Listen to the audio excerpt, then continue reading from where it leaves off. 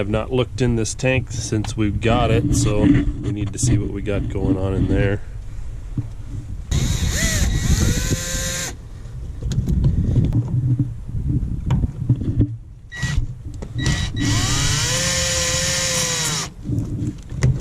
That's a lot easier than using a screwdriver. There's one. There's some junk in the bottom of that fitting.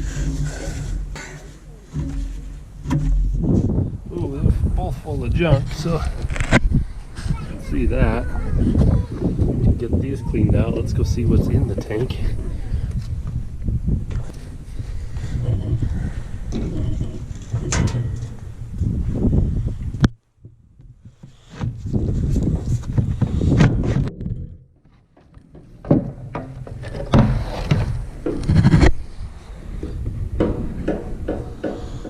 So we got some cleaning up to do in there. See if we can get the big chunks out and then rinse the rest of this out. We'll probably pressure wash it out later. That's pretty ugly.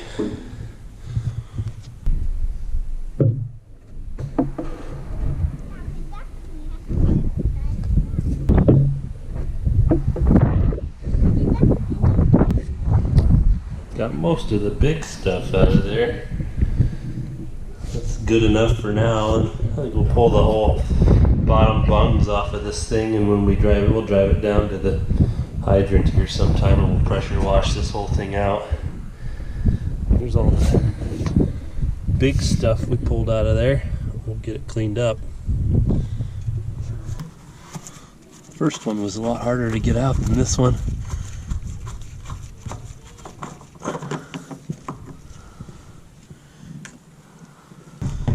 Sorry. Push those up in there, we'll go fish them out. Might have to just reach in there. Oh, here we go.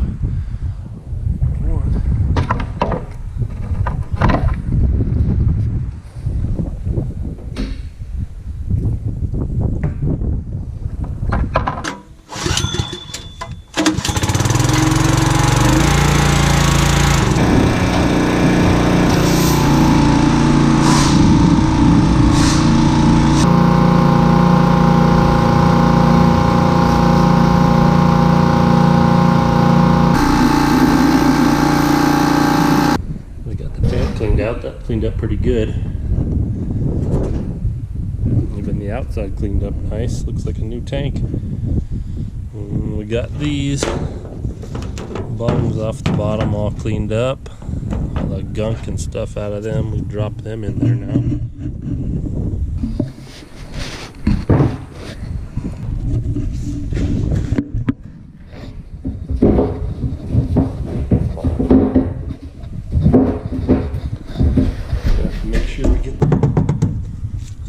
Good. Same thing with that one. These are left-handed thread, lefty-tighty.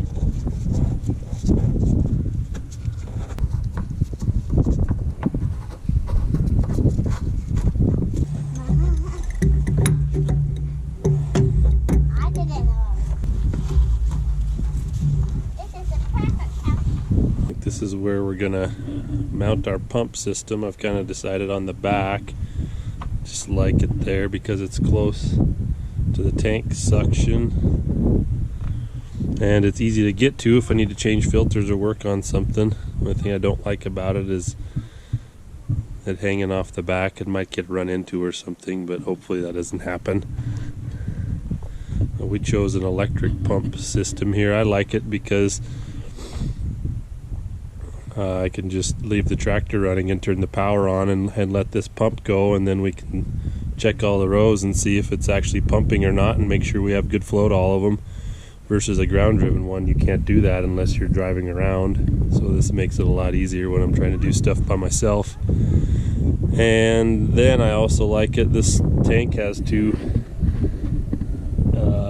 ports on the bottom here. I think what we're going to do is we're going to plumb up off the discharge of this one hose that goes to our manifold to all of our row units, and I'm going to use the other one with some ball valves, and we're going to send the other one back to the tank so we can agitate whatever's in the tank. I like the idea of being able to do that also with an electric system. I can just sit here and have that agitate the tank when the power's on.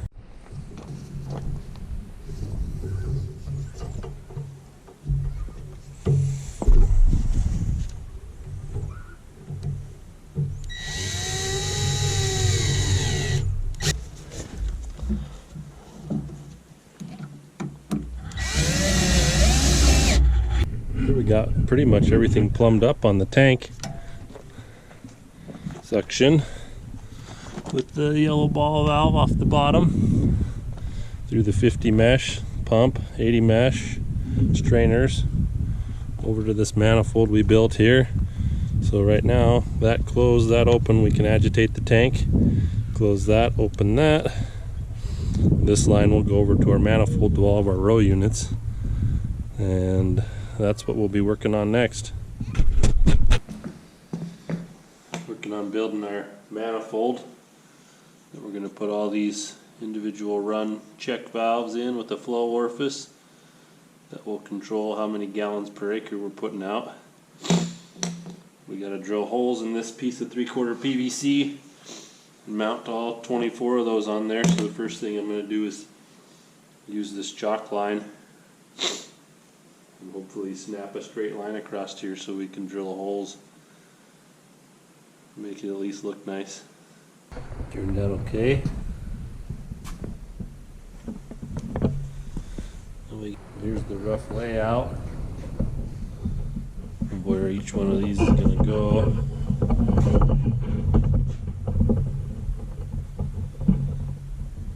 This manifold will sit on the frame. I kind of got them spaced here where there's 7 openers on the outside of the bar that's going to sit on, 10 on the inside and 7 on the outside.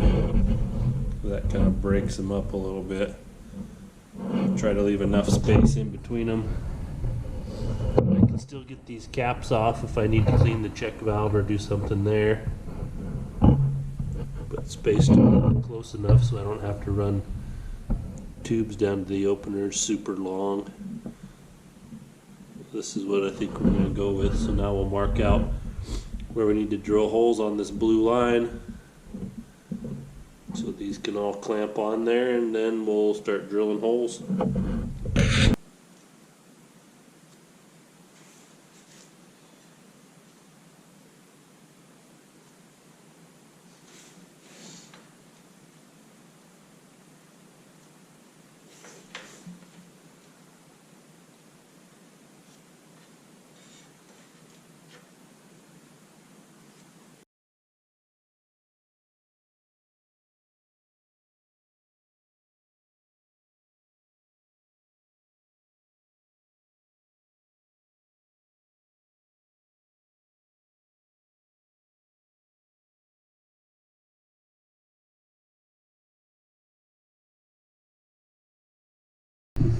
Holes are drilled. Now it's time to start assembling this thing. Get each one of these put in the holes. I did a pretty good job of cleaning this out. Got all the shavings and stuff from drilling the holes out of there. And then whenever we go to start this, we'll get a good flush of water through there before we ever use it. That way we don't, hopefully we won't have anything in there that plugs these up. But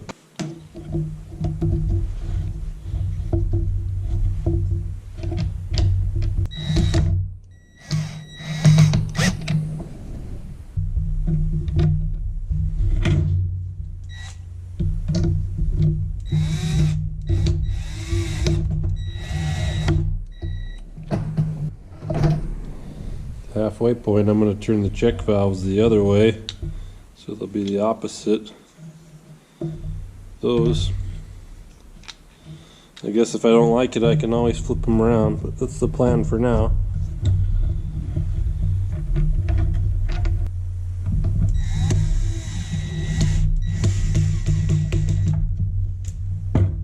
Next step is we're going to glue some ends on, some threaded ends on here.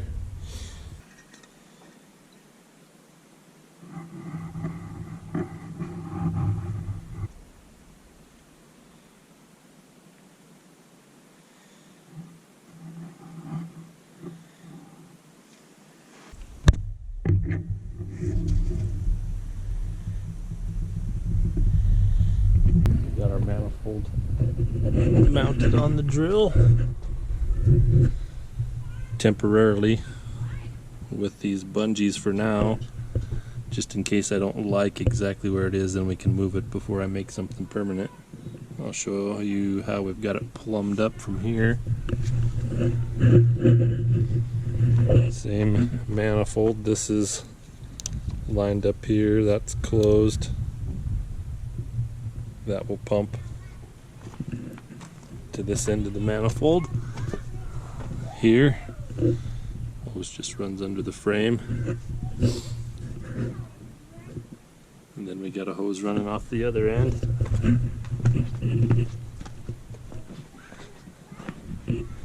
So this manifold end goes up front.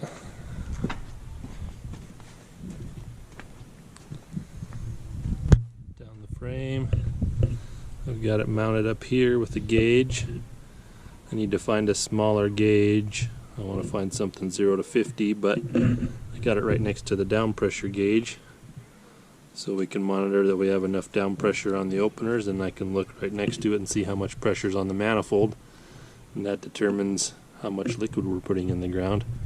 And then I got a bleeder valve here off the bottom, so I can open that. That will air free the whole manifold. We won't have any airlock or anything in there. And I can blow that out here, bleed the whole system, close it. Probably be a good place when we want to winterize this as well, but we'll see. I'm sure some things will change as we work with the system and see what we like, but that's the setup for now. We got the first couple runs done on here. See, 5 plumbed in. I got them zipped to the seed tube. Hold them where I want. And then these ends are just pushed down onto the stainless. And these openers are down on the ground. They can go deeper than this, especially when we have downforce on, so I tried to leave enough slack in here for these to be able to go lower depending on how deep we're trying to seed. Just tried to err on the side of caution. I'd rather have them be too long than too short.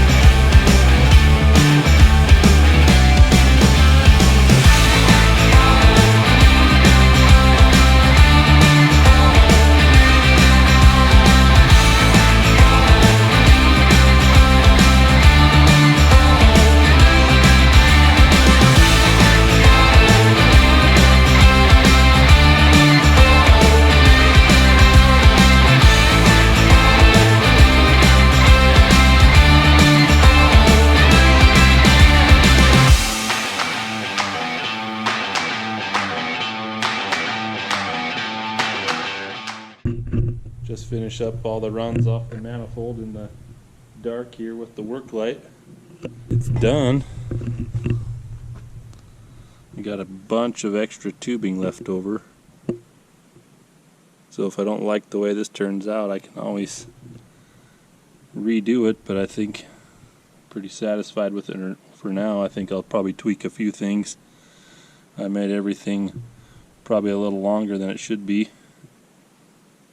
I can always cut some off if I don't like how things move when the openers go up and down, but that's easier than adding one or cutting a whole new piece. So here in the next several days we'll probably put some water in here, flush the system out, and we'll give it a good test. That's it on the manifold build.